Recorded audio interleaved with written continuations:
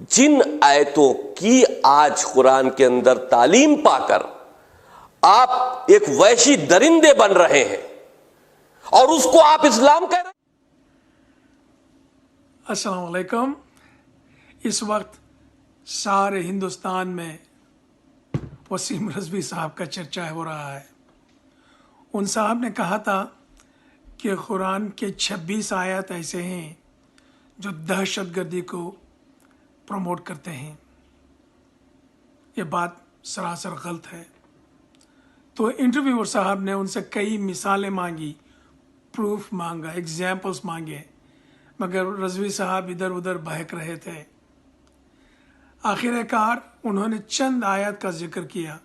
اس میں ایک تھی سورہ بقرہ 191 آیت، جو انٹرویور صاحب نے ترجمہ پڑھا جو بالکل صحیح تھا، پھر بھی رضوی صاحب بہک گئے، جمپ کر رہے تھے اس ڈالی سے اس ڈالی پر۔ جی ہاں، میں نے قرآن کے ورکشاپس 2 بار کیے ہیں۔ اس میں 26 آیات کو صحیح ٹرانسلیشنز نہیں کیے گئے ہیں۔ خدا کا لاکھ لاکھ شکر ہے کہ مسلم اسکالرز آج کے دور میں ایک ایک کر کے ان کو ٹھیک کر رہے ہیں۔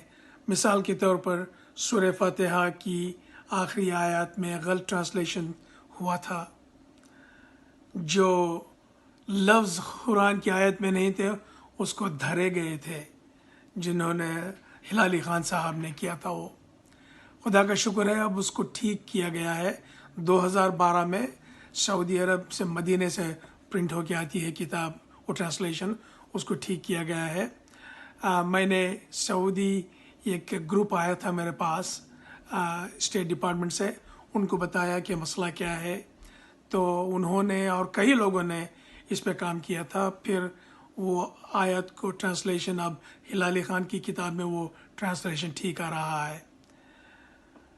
تو دوسری آیت جو ٹھیک کی گئی ہے، ڈاکٹر لالے بختیار نے کیا ہے، ڈاکٹر اور کچھ لوگوں نے بھی کیا ہے، وہ ہے سورہ نساء میں 34ویں آیت، جس کا بھی غلط ٹرانسلیشن بہت لمبے عرصے سے کیا گیا تھا، اب اس کو جا کے ٹھیک کیا گیا ہے۔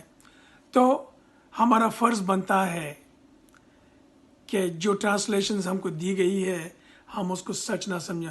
قرآن سچ ہے، ٹرانسلیشن سچ نہیں ہے، وہ ان کا اپنا انٹرپریٹیشن ہے۔ ہمارا فرض بنتا ہے کہ ہم اس کو ریسرچ کریں، اسٹڈی کریں، اور جو بھی غلط ٹرانسلیشن سے ان کو ٹھیک کریں، تاکہ وسیم رضوی صاحب جیسے لوگ ان کو پڑھیں اور اپنے ذہن کو ٹھیک کر لیں اور دیکھیں کہ قرآن صحیح کتاب ہے، ان کی سمجھ غلط ہے۔ اب ایک مثال دیتا ہوں۔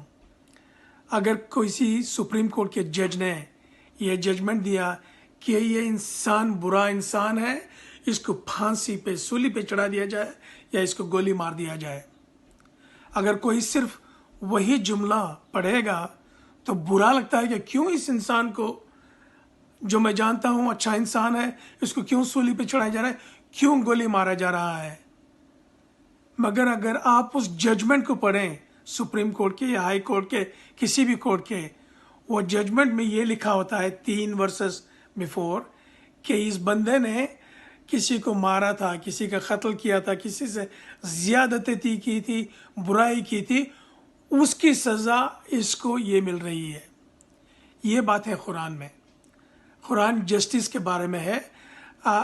اب ایک آیت پڑھ کے آپ غلط سمجھ رہے ہیں، 3 آیات اس کے پہلے پڑھے۔ میں یہ سبھی سے کہہ رہا ہوں، جو بھی لوگ ہیں، اپنے ہندو بھائی، مسلمان، کرسچن، جین، سکھ، جو بھی سن رہے ہیں، اگر کسی قرآن کی آیت سے آپ کو تکلیف ہے تو 3 آیات اس کے پہلے کی پڑھیں، اس کے بعد 3 آیات پڑھیں۔ اور دوسری بات، کم از کم 4 ترجمے پڑھیں، کیونکہ 2 ترجمے قرآن کے غلط لکھے گئے ہیں۔ تو یہ کرنے سے آپ کو صحیح معنی مل جائیں گے۔ میری دعا یہی ہے کہ وسیم رضوی صاحب سے کوئی بیٹھ کے سکون سے بات کریں، ان کو بتائیں کہ دیکھو بھائی، آپ نے جو پڑھا ہے وہ غلط پڑھا ہے، صحیح یہ ہے۔ اس وقت آپ کو کنفیوژن ہوتا ہوگا۔ اس وقت قرآن کے کافی ترجمے ہیں، 50 سے زیادہ ہیں، اس میں تقریباً 90% ترجمہ صحیح محمد اسد صاحب نے کی ہے. انہوں نے بھی ان آیات سے جو نسوانی ہیں، عورتوں کے بارے میں ہیں، انہوں نے میں وہی بات کو دہرائی ہے جو 800-900 سال کسی نے ترجمہ کر دیا تھا، جیسے ابن کثیر نے اسی کو دہرا دیے. وہ سوچا نہیں کہ یہ بات صحیح ہے غلط ہے، تو اس کی صحیح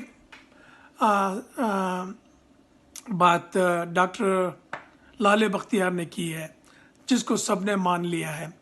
تو ہمارا فرض بنتا ہے کہ ان کو صحیح ٹرانسلیشن کریں. قرآن جو ہے یہ مسلمانوں کے لیے نہیں ہے، ساری دنیا کے لیے، ساری انسانیت کے لیے آئی ہے.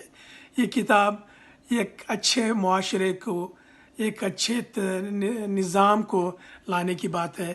کسی پہ حکومت کرنے کی بات نہیں ہے اسلام، کسی کو فورس کرنے کی بات نہیں ہے. یہ گائیڈنس ہے قرآن اسلام. تو ہمارا فرض بنتا ہے کہ ہم اس پہ ٹھیک کریں. تو میری دعا یہی ہے کہ وسیم صاحب کو خدا صحیح راستے پہ چلائے، کوئی ان سے بیٹھ کے بات کرے، اور اللہ میں ان کو نیک توفیق دے اور نیک ہدایت دے. آمین.